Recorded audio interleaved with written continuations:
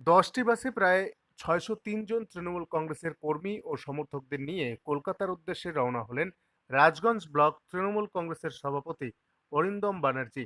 সাথে ছিলেন রাজগঞ্জ যুব তৃণমূল কংগ্রেসের সভাপতি তুষারকান্তি দত্ত। ট্রেনে এবং আরও অন্য গাড়িতে প্রায় ৫৫০ জন।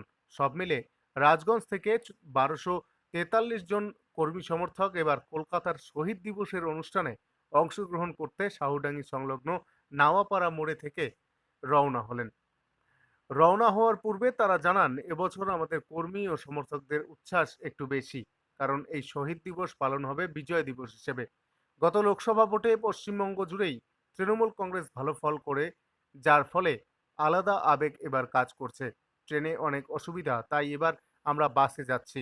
অরিন্দম ব্যানার্জি জানান, ২১শে জুলাই মানে তৃণমূল কংগ্রেসের কাছে এক বিশেষ তাৎপর্যপূর্ণ দিন।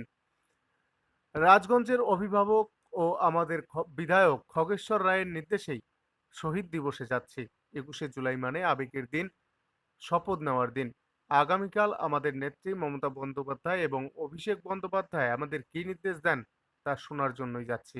২১শে জুলাই আমাদের তৃণমূল কংগ্রেসের কাছে একটা আলাদা তাৎপর্যপূর্ণ একটা দিন।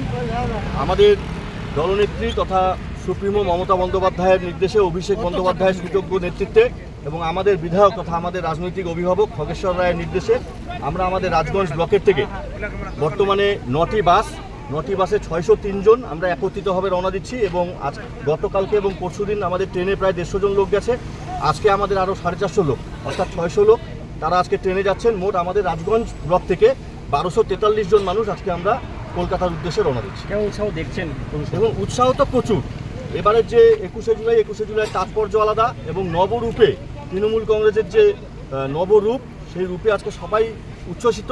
এই প্রথমবার এত মানুষ আমরা একত্রিতভাবে এরকমভাবে কলকাতার উদ্দেশ্যে যাচ্ছি। বাসে করে যাত্রা কি বলবেন?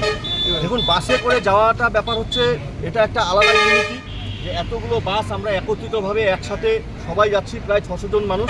এটার আনন্দই আলাদা। আচ্ছা, এর আগে তো ট্রেনেই যেতেন বেশিরভাগ। ট্রেনে যেতাম, এবার ব্যাপার হচ্ছে ১২০০ মানুষ, একসঙ্গে ১২০০ কর্মী আমরা যাচ্ছি। ১২০০ কর্মীর ট্রেনের টিকিট পাওয়াটা খুব কষ্টসাধ্য ব্যাপার। সেই কারণে আমরা ৬০০ জনের টিকিট আমরা ব্যবস্থা করতে পেরেছিলাম ট্রেনে, বাকি ৬০৩ জন আমরা বাসে যাচ্ছি। যারা আপনাদের সাথে যাচ্ছে তাদের কি বার্তা দেবেন আপনি? তাদের বার্তা একটাই, আমরা এবার যাচ্ছি আমাদের দলনেত্রীর নির্দেশ, আগামী দিনে দল কিভাবে পরিচালিত হবে সেই নির্দেশ শুনে, সেই নির্দেশ মেনে আগামী দিনে দল পরিচালনা করা এবং কর্মী হিসাবে আমাদের নিজের বুথে গিয়ে নেত্রীর নির্দেশ বুথের প্রত্যেকটা মানুষের কাছে পৌঁছে দেওয়া। কি বলবেন আজকে আপনারা যাচ্ছেন? আজকে আমাদের কাছে কিন্তু একটা উৎসবের মতো তৃণমূলের মেগা প্রোগ্রাম কিন্তু ২১শে জুলাই। এই মেগা প্রোগ্রামে যেইভাবে আজকে রাজগঞ্জ ব্লকের থেকে আপনারা দেখছেন, এইভাবে কিন্তু কোনো বছর আমরা যাই না। তার মধ্যে কেন্দ্রীয় সরকার, আমরা যদি ট্রেন রিজার্ভও করি, উদ্দেশ্য প্রণোদিতভাবে বিজেপির কেন্দ্রীয় সরকার কিন্তু সেই ট্রেন ক্যান্সেল করে। তার জন্য যতটা সম্ভব আমরা বাসের লোক পাঠিয়েছি। আমরা বাস ভাড়া করে শয়ে মানুষ ধর্মতলা উদ্দেশ্যে রওনা দিচ্ছি। কেমন উৎসাহ দেখছেন? এই খুবই উৎসাহ, দেখতেই পাচ্ছেন, এরকম উৎসাহ তো কোনো বছর হয় না। এবার আমাদের ২১শে জুলাই তাৎপর্য আলাদা কেন? এটা আমাদের বিজয় দিবস।